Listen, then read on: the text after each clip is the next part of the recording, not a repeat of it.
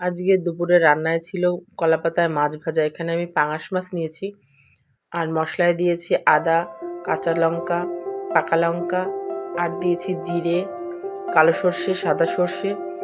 একসঙ্গে সব কিছু ভালো করে মেখে নিচ্ছি। একটা টমেটোও দিয়েছি। এবারে আমি এতে দিয়েছি আলুগুলোকে আগের থেকে কেটে লবণ দিয়ে জল ঝরিয়ে নিয়েছি। আজকের পুরো রান্নাটা ছিল আমার শাশুড়ি মায়ের জন্য। শাশুড়ি মা পেঁয়াজ রসুন খায় না, তাই আমি দেইনি। তোমরা চাইলে পেঁয়াজ রসুন দিতে পারো।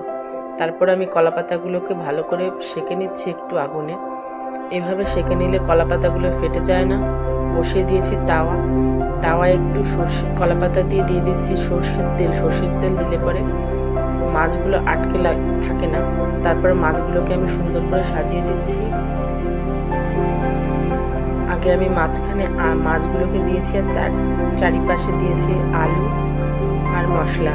একসঙ্গে সব কিছু দিয়ে তারপর কলা পাতা দিয়ে ঢেকে দিয়ে 20 মিনিট মতো ধিমি আঁচে আমি ভেজেছি। তারপর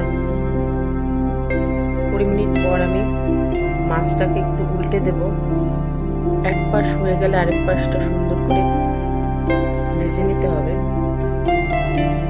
মাছটাকে আমি এখন উল্টে দেব। উল্টানো অনেকটা কঠিন মনে হলেও একটু সাবধানে উল্টালে খুব সুন্দরভাবে উল্টে যায়। আমি এখানে মাছটাকে উল্টে আবারও 20 মিনিট মতো ভালো করে ভেজে নিয়েছি।